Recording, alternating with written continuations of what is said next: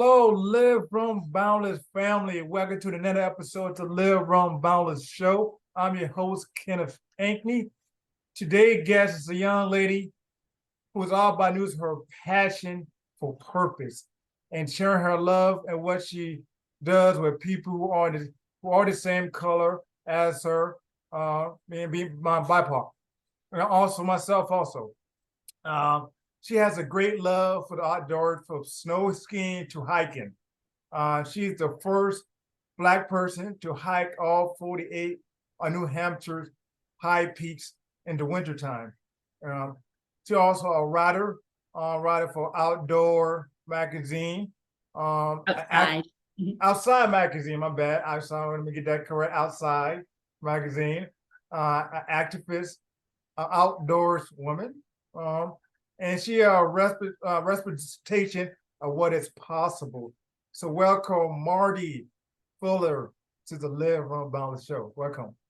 Thank you, Kenneth. It's so wonderful to be here.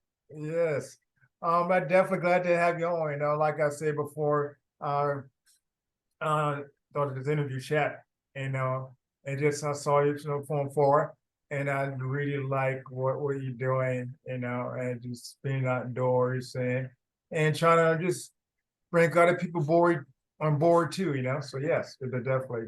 Um, and so we talk about the process of the journey and just share a little bit about your life growing up, being outdoors. Sure. So I live in Boston, Massachusetts, Mhm. but I grew up in New York, in the suburbs, not in the city. Okay. And I grew up, in a suburban area with some parks and a little bit of green space. I had a little Yeah. lawn, and I always just loved being outside, playing with the neighbors, playing Mm. games outside.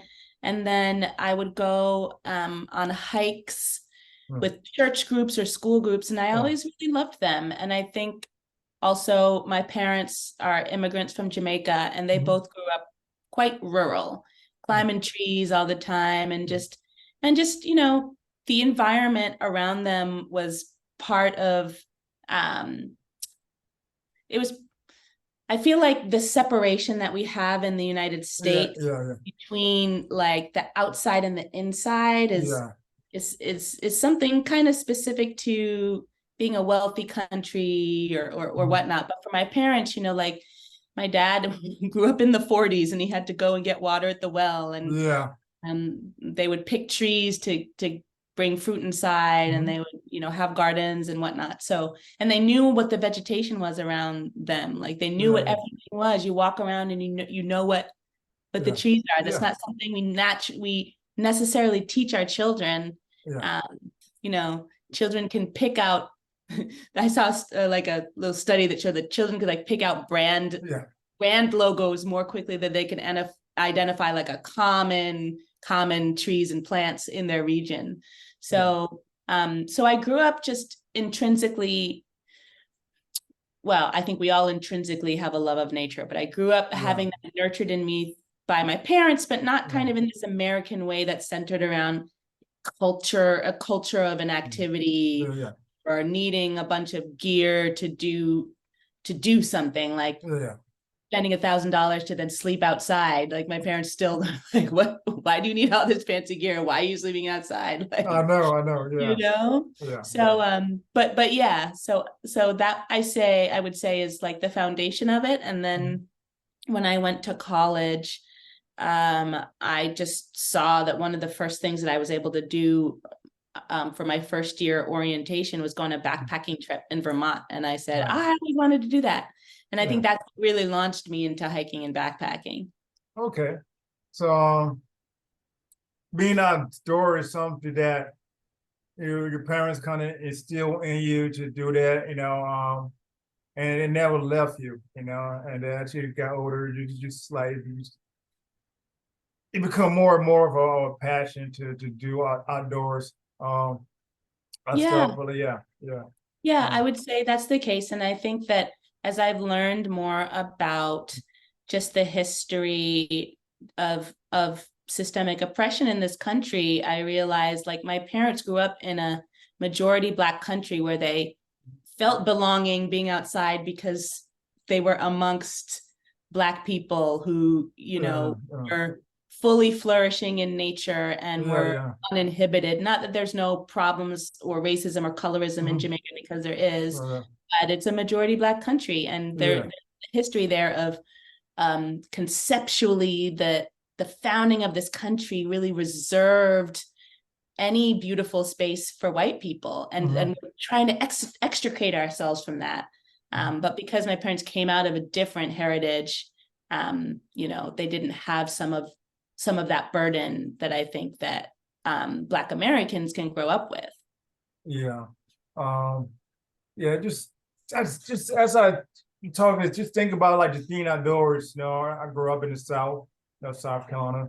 I just work in the field, or had like had gardens and stuff. Work in the garden, play outside. I grew up in the '80s. Yeah. So, but I think it's different. Because we had to do it, or no, but we just enjoy doing it. But as you got older, kind of like stray away from that. Uh, Yeah. and just, but I kind of like fall in love as I've been here in San Diego, and just so I started running there. I discover the trails and nature.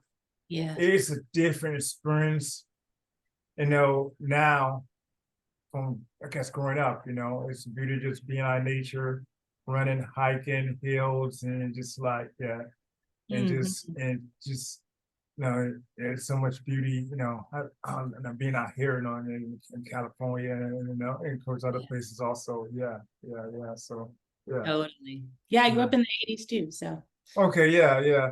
And so yeah, that's we kind of like look forward. You got to get out. You got to go outside. You got to do this.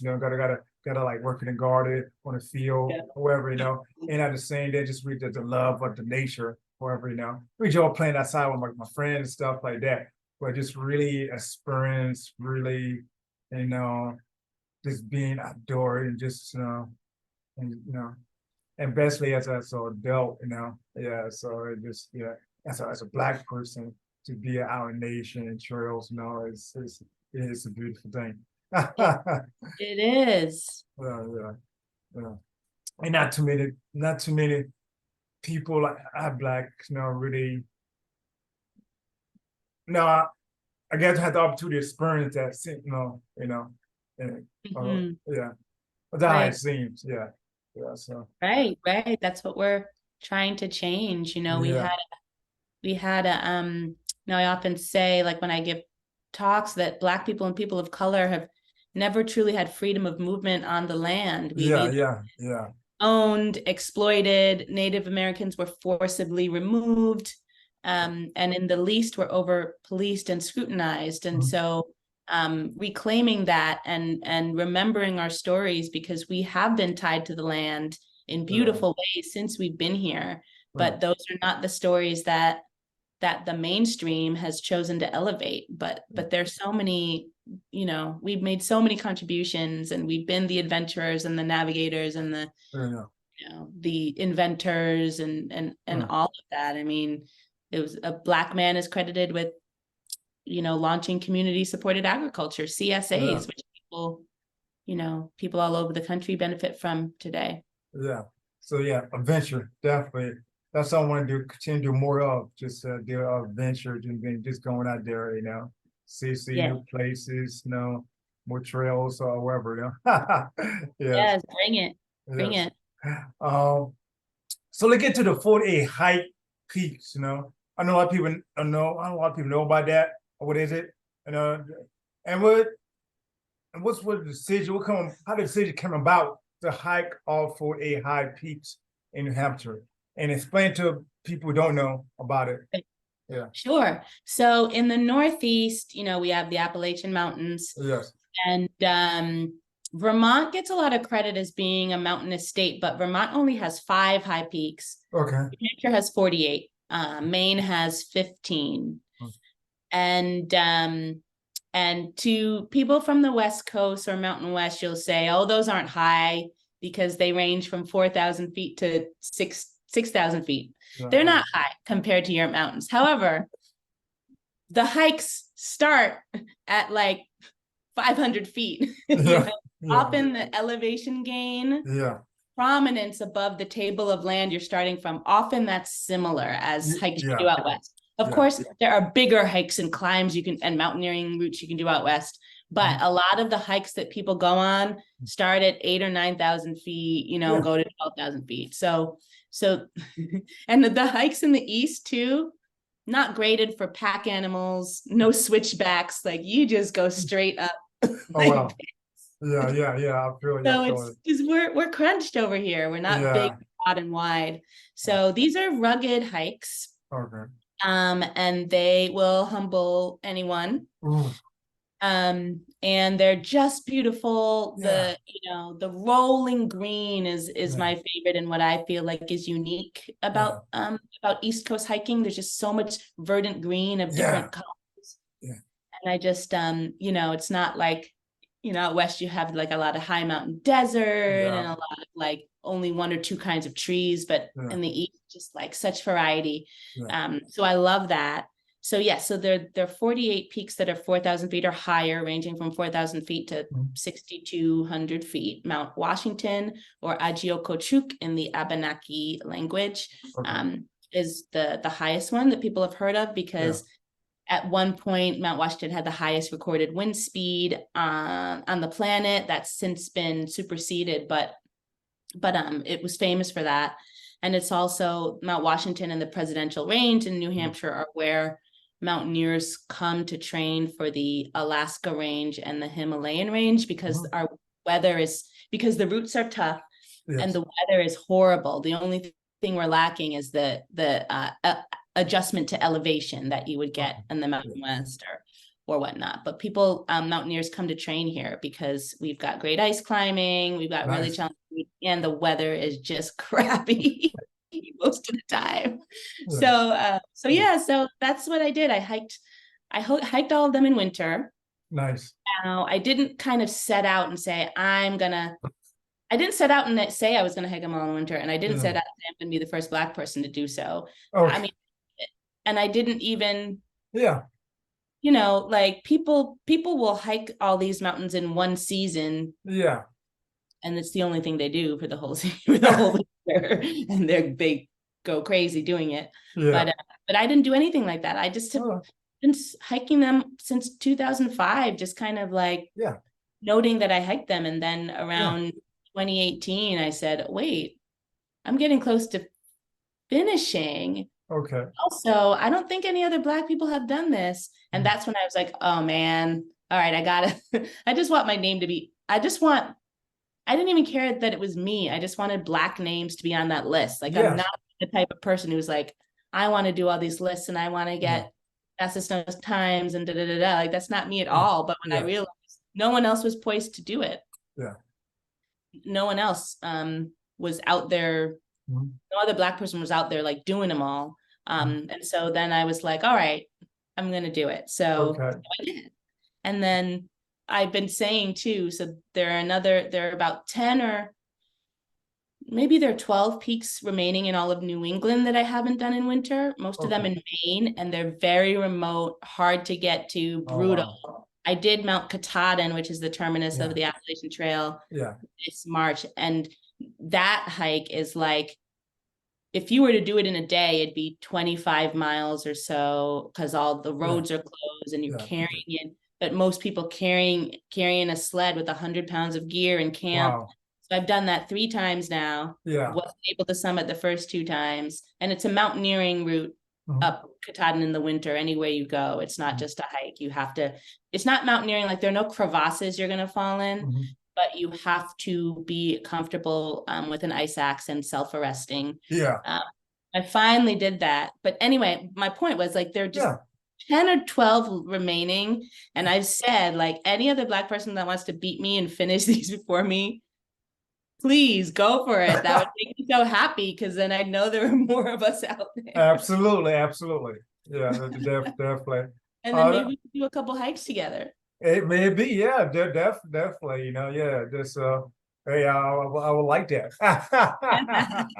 But as it stands, I will probably be if I finish it this winter or next, that I'll probably be the the first Black person to finish that list too, and that's the New England 67 peaks. Oh, okay, yeah, that's pretty cool.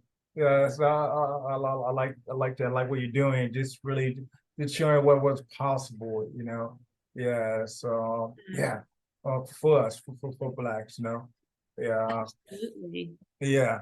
Um, your desire to see more Black out on the trail and other activity. Why do you think that it's so important? Yeah, well, it's so important for all of us to connect to nature in whatever way Yeah. brings us joy as individuals. Mhm.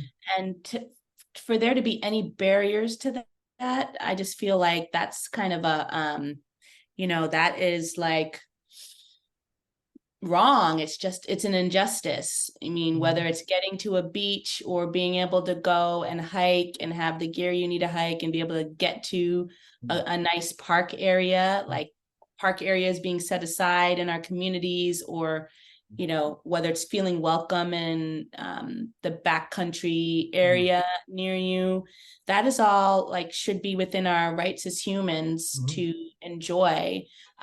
But because of the history of our country, it's often not. And so, and then because of the history of our country and how really white supremacy attempted to socialize us and urbanize Black people, especially in the 20th century, moving Black people into concentrated neighborhoods that then didn't receive any resources. Yeah.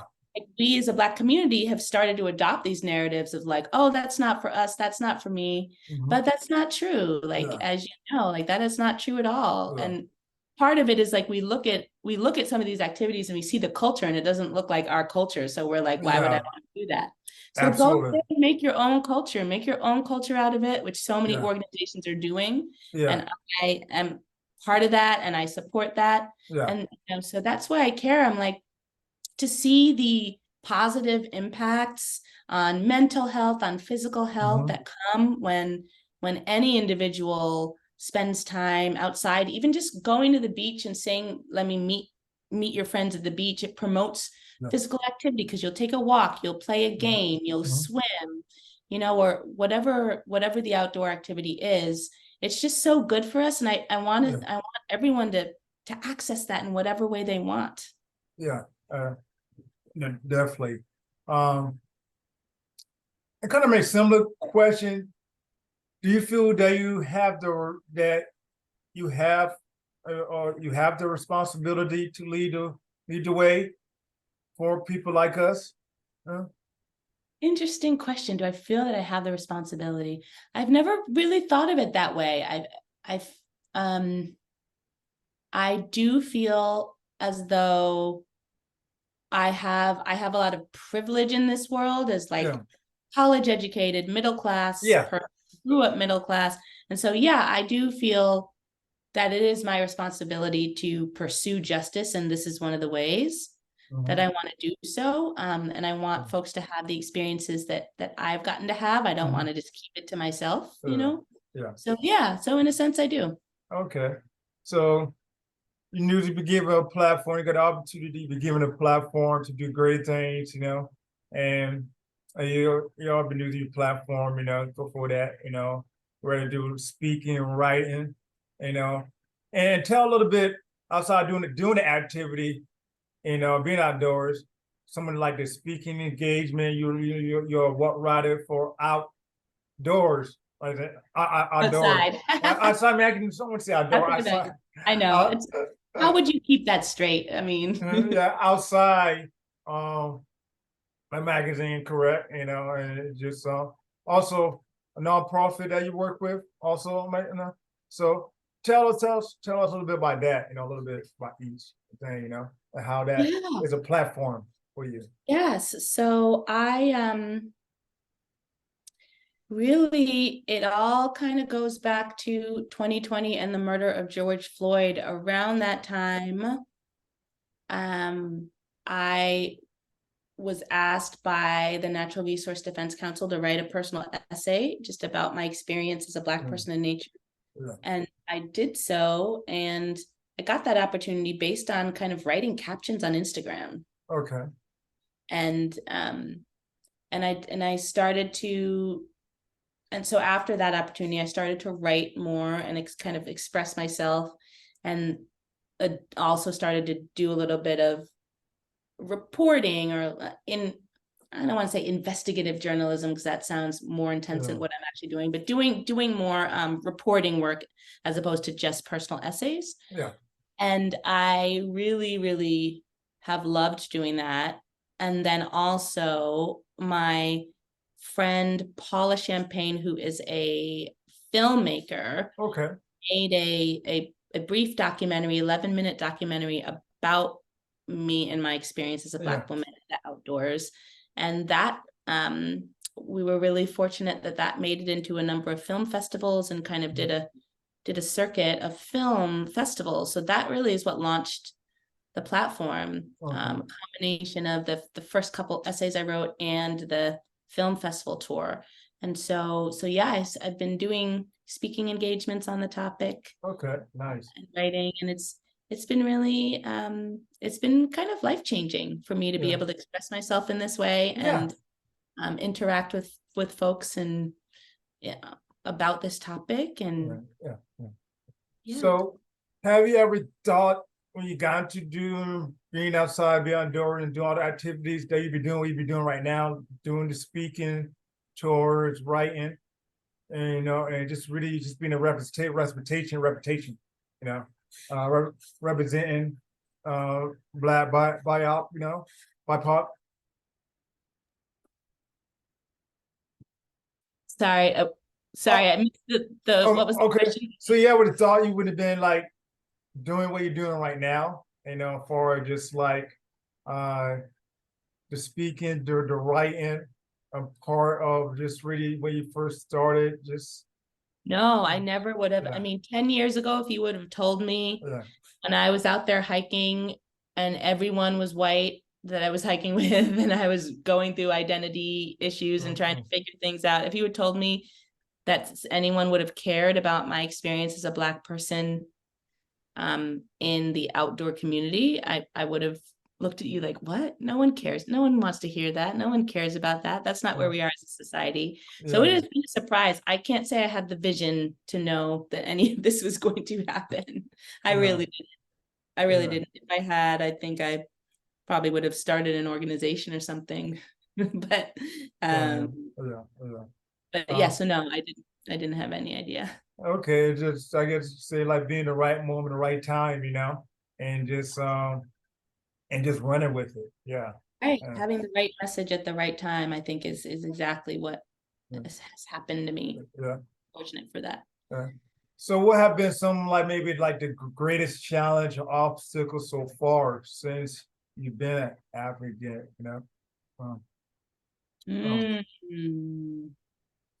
Well, I've been learning some lessons. Been learning some lessons in journalism and reporting. Where, whenever I'm writing and telling a story, I really want to center Black voices and Black stories. And, as an example, I was writing about gentrification in a small city. And because I couldn't find, within the deadline, I couldn't find enough like news reporting that substantiated what the people were telling me. I couldn't move forward with the story. And so that was a hard lesson.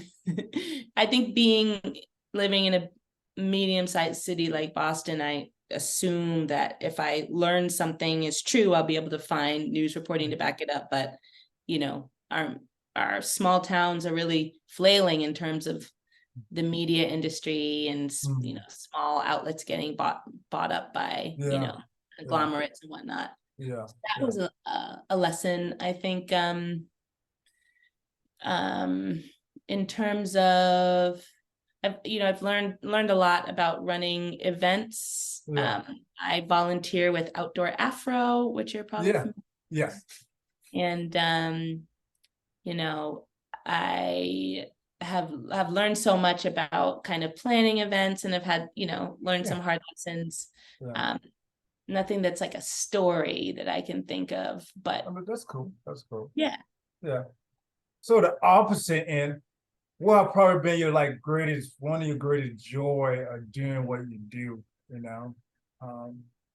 Whether the Yeah. people that you spend time with or, you know, and the work you Yeah. do.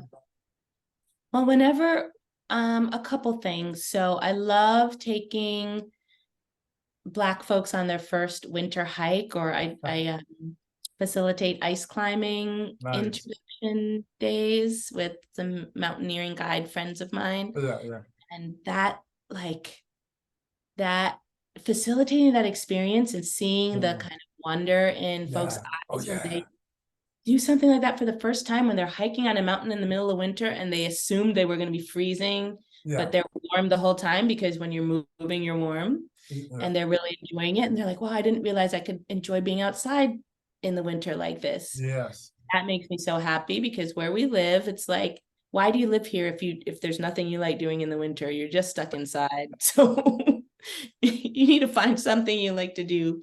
I And it doesn't know. have to be skiing, because skiing is so expensive, even though Yeah, I love skiing. So that is one thing. And then whenever anyone, but especially a Black person, comes up to me after I give a talk and says, like, wow, that resonated with me and helped me yeah, identify some things, that just means so much to me when I get that, yeah, feedback. yeah. It definitely does, you know. It does. I realize that, you know, the feedback you get, you know, how some people could relate to what you're talking about, you Yeah. know, and they can find their own self in you, whatever, you know, things that you talk about, you know, it's, yeah, yeah. So, I know uh, all of the leadership you do in the running community. So yeah, yeah, definitely. You know, I'm grateful to have this position, you know. Like you said, I didn't know I was going to be in this position, do what I do, you know, and you kind of to represent, you know. Um, But yeah, no, but this news platform is great for the opportunity to be able to do it. Yeah, yeah, yeah. And so yeah, and no, not running, the running that I do is much more than running. It's so much more than me. Yeah, mm. yeah, yeah. So definitely. Yeah. Amen and ashe. Yeah. So say that again. Amen and ashe. Oh. uh, but yes, who inspire you? Who you inspire? Do you have an inspiration to continue to do what you do, to continue to do what you do? Mm.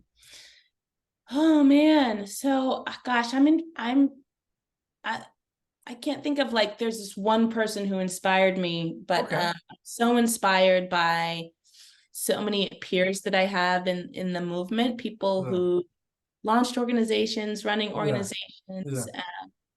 have innovative ideas that they're brave enough Mhm. to try to bring to life, Mhm. like the organization Color the Trails Yeah. Yeah. of BC, well, based in Vancouver, BC, but all over Canada. Okay. Brown Girl Outdoor World, based in Yeah. Ontario, Yeah. Outdoor Pro, like I mentioned, Brown Girls Climb. They're really, changing the narrative sounds cliche, but they're really doing that, like, um, creating our own culture as Black people and people of color in these Yeah. spaces, taking up the space. Mhm. I'm so proud to kind of, know these folks, mostly women, Yeah. but, some men too. Yeah. uh, Yeah. Yeah. yeah, Yeah. and, and I think I take a lot of inspiration just from, Black leaders Yeah. of any era, like our ancestors, but, Yeah. Yeah. Yeah. I just learned so much reading, the words of Angela Davis or James Baldwin, or Yeah. so I'm inspired by them every day, because often, like, I'm preparing a talk and I'm thinking of how to express some element of, like, racist systems or Mhm. whatnot, and I'll find something that, like, Frederick Douglass or W.E.B. Du Bois said back in the 1800s, Yeah. and it's like, is the same? Was this written last week? Was this written 200 years ago? Okay. Okay. Yeah, because it can relate to her in a present moment. Yeah, in a sad way, not much has changed in a Yeah. sense, in some Yeah. senses. Yeah. Yeah. Yeah. Nothing's new. None of these ideas are new. Yeah. Um, so what's your next I got to say, maybe speaking engagement or what's next on the plate for you? Yeah. Well, this week I'm speaking at the Conservation Law Foundation, Okay. an agency, conservation agency in Boston. Oh, nice. And I'm excited, yeah, because I started out kind of doing a lot of speaking in the outdoor recreation Okay. side of the industry and like for park agencies. But I'm expanding now into conservation and like starting to do a tiny bit of consulting too. So I'm developing that. So that's kind of new for me. I'm also speaking at more schools and nice. universities, which I'm excited about because there's nothing better than talk about inspiring. It's really like this next generation and all of their passion and power that they are aggregating together, like relational power for change. You know, I'm so honored when I get to influence them. So yeah, definitely. You know. So how you speaking with like kids before, you know, and yeah. So do you engage? How you get a chance to like, lead kids on a hike out the trails and things like that? yeah, some I have done some speaking engagements at universities Okay. and some schools. I have a few schools that I'm visiting, including like my alma mater school, high school or upper school that I went to in New York, Nice. which I'm really excited about. Yes. But I haven't, most of my events to get people outside have actually focused on adults and not Okay. kids. Okay. I got you. That's just been the way that I've wanted to engage and really Okay. I Outdoor Afro, which is one group I lead events with, they really their model is to engage the whole family and get families out together rather than kind of just like separate kids away from the families and take them out. And so I've kind of adopted that a bit and it makes sense. Okay. But, yeah, so a bit, but yeah, speaking with them and having that conversation and really learning from them too and being inspired by them is so meaningful. There's nothing more meaningful. Definitely. So that was great, you know. Now get back to the ice hiking. Did I say that right? Ice hiking? Ice climbing. Ice climbing. Mountaineering is like when it's the hiking. Yeah, Ice climbing when it's the no, so ice climbing, you know, I know they got like the extreme ice climbing. I watch a lot of that on YouTube, you know, but so I think I interviewed a couple ladies who done that, like the really different like other countries, wherever, and do like the extreme ice hiking, like the like I mean, doing the high ice pick, I guess, and like they like it's just like crazy stuff, you know. Ice tool. Ice like tool, yeah. Yeah. Yeah. And you got to choose the ice shoot like for like on your mountaineering. Yeah. So that the kind of ice, climb you do? Oh. So when you first got started doing it, was it scary for you? You had to get over the fear? Yeah, so the first time I ever did it was almost 20 years ago, but I didn't continue to do it. I just had done it a couple times. But then just a couple of years ago, 2 winters ago, basically I fell in with some climbing friends who were very gracious in wanting to help me learn and also wanted to help me get communities of color out climbing more. And so really it's been because I'm running these events where I'm not a climbing guide or anything like that. I'm just the kind of person who likes to do it with the expert, as my partner. It is really kind of my desire to run these events and bring folks out has kind of pushed me to stay a little bit ahead so that I, know a bit about climbing and I can be, helpful when I'm, running these events. So absolutely. Yeah, but I've loved it. I mean, it does feel scary. But when you learn the systems, and understand the systems and you trust the person that you're climbing with, it can potentially not feel as scary because you understand it. So that's took them a little while to get to that point, but definitely. I guess the key is like it's a mental thing also, and more the physical, but also mental or just letting go, stressing the person that you're with, and we, take you do ropes and stuff like that, all of that, and just, yeah. Exactly. I see a lot of documentary on that, so like it's like very intense, yeah. So one mistake or whatever, like, whew, yeah. So I said, Mhm. I did a last documentary I saw on ice, climbing. It was this lady. I guess the main platform for people who struggle with mental illness, So she was like a former staff member for President Obama, And so, Oh yeah, yeah, yeah, I think I yeah, saw that too. yeah. I forget what her name I just is. forgot the name. It was like a Patagonia Yeah, film, yeah, absolutely. and it was So like kind of about climate change, yeah, and yeah. it was really good. Everyone watch it. Sorry we don't have today. I wrote like a couple of Kenneth will days ago. put it in the show notes. He's gonna figure it out. Put it in the show notes. Yes, definitely. I watched it a few days ago. Yeah. So man, it was like wow, it's crazy. You know. Maybe one day I will try doing that. Who knows? No. Yeah, come on out to New Hampshire, and Okay. I will get you out ice climbing. Although you could go closer to you, go to Montana. Yeah. There are places in Northern California too, but Yeah, but I would like to come to the East Coast. I mean, I'm yeah, from South Carolina, so yeah, definitely. come A lot. on out.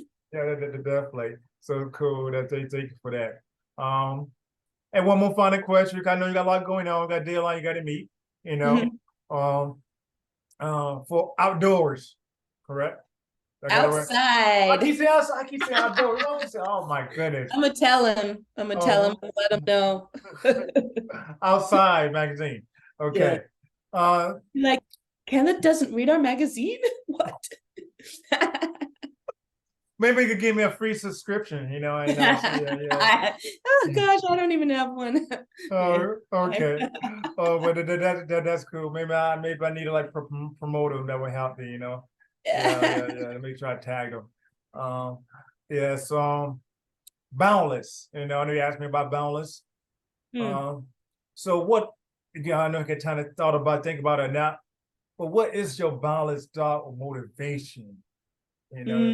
Despite the odds, everything not against you, what keep you balanced? Yeah. I think it's tapping into my sense of like what freedom could look like for me. Yes. And for me, that's, getting to engage in all of these activities and not worrying about what anyone thinks or what anyone's opinion is going to be on it. Because it's funny, I can sometimes think that that doesn't impact me, but it really does. Yeah. It really Yeah, does. yeah. Sometimes you think, I'm not gonna words just word, not gonna mess with me, not but deep down it kind of bother you a little bit. Then you Yeah. kind of find a way to like, okay, how can I overcome that? And they're gonna let the word, what do people say, stop me, freeze me, or gonna find a way to get over that, you Right. know. Yeah. Exactly. And so like freedom is pressing through that. Yes. And I think there's so much about being in nature and the expansiveness of nature and the activities that we do that engage our bodies, our minds, and our spirits that allow us to kind of access that liberation. We just Yeah. need to get there. Yeah. And it can be hard to get there, especially if it's far away, Yeah. Yeah. like maybe it could be in your local park for a run or a walk and Yeah. just Yeah. observing, Yeah. you know, Yeah. the trees and vegetation. Yeah. But yeah, tapping into that desire for freedom and liberation and not, worrying, oh, who's looking at my Strava time, or Yeah. am I doing this thing as well as someone else, or whatever the Yeah. thing is. Yeah. Definitely. Um, overcome that. Just be who you are, and be the better version of who you are. If I'm saying that Yeah. correct. Yeah. Mhm. So definitely. So I appreciate that. That was good. That was good. I like that. So again, thank you for Marty for joining me and joining the Live Wrong Balance family. Yeah, so anybody want to get in contact with you, how could they do that? Yeah, the best, I'm most active on Instagram, where my handle is where locks fly free. Yes. Or you can just look me up, Mardi Fuller, Okay. Mardi Yeah. Fuller, and you'll find me there. That's the best Oh, place to find me. And Mm. yeah, you can see what I'm up to, and in the link in bio, any thing I've written or any speaking engagements or whatnot will be listed there. okay. So where locks fly free? What's behind that? Oh, did I let my last Yes. The locks That right there. is, yeah, the locks. That's just embracing the Afrocentricity Oh, of nice. this natural hairstyle, Okay. Okay. being encumbered by, Yeah. by any other, by white supremacy saying, that these are not pretty or they're not professional, and you should have your hair straight like ours, so. That's a great, like I said, talk for another day. Come, my wife had dealt with something like that, I know her current job, previous job, with her hair, and it's I guess they want hair a certain way. Yeah. Mm. So yeah. Yeah, exactly. So just, We have, I forget now how many states have passed the Crown Act, but this is that legislation that says that no one can be discriminated against because of their style of hair. yeah. But the fact that we have to legislate it, I know it's crazy.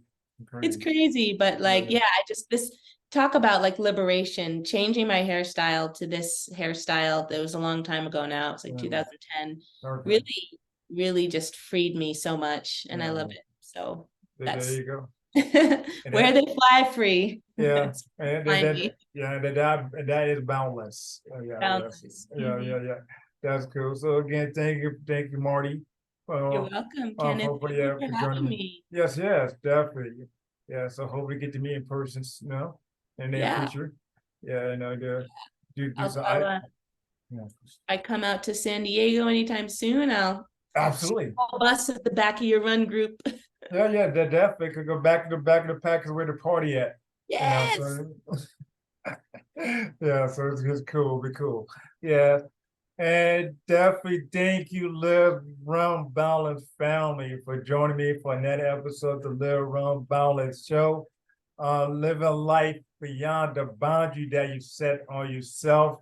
Thank you, Marty, for being an example of being boundless on not letting how you look, the color of your skin, or whatever people stop you from going out on the trail, going ice climbing, and do all the stuff we don't want to see a lot of blacks do, but you go out there and representing, and blazing a trail for other people to come with you, and that will live life beyond the boundary that you set on yourself. So thank you for being that example. Oh, thank you. Yeah. Thank you so much. Yes. And thank you, Live on Balance family. Until next time.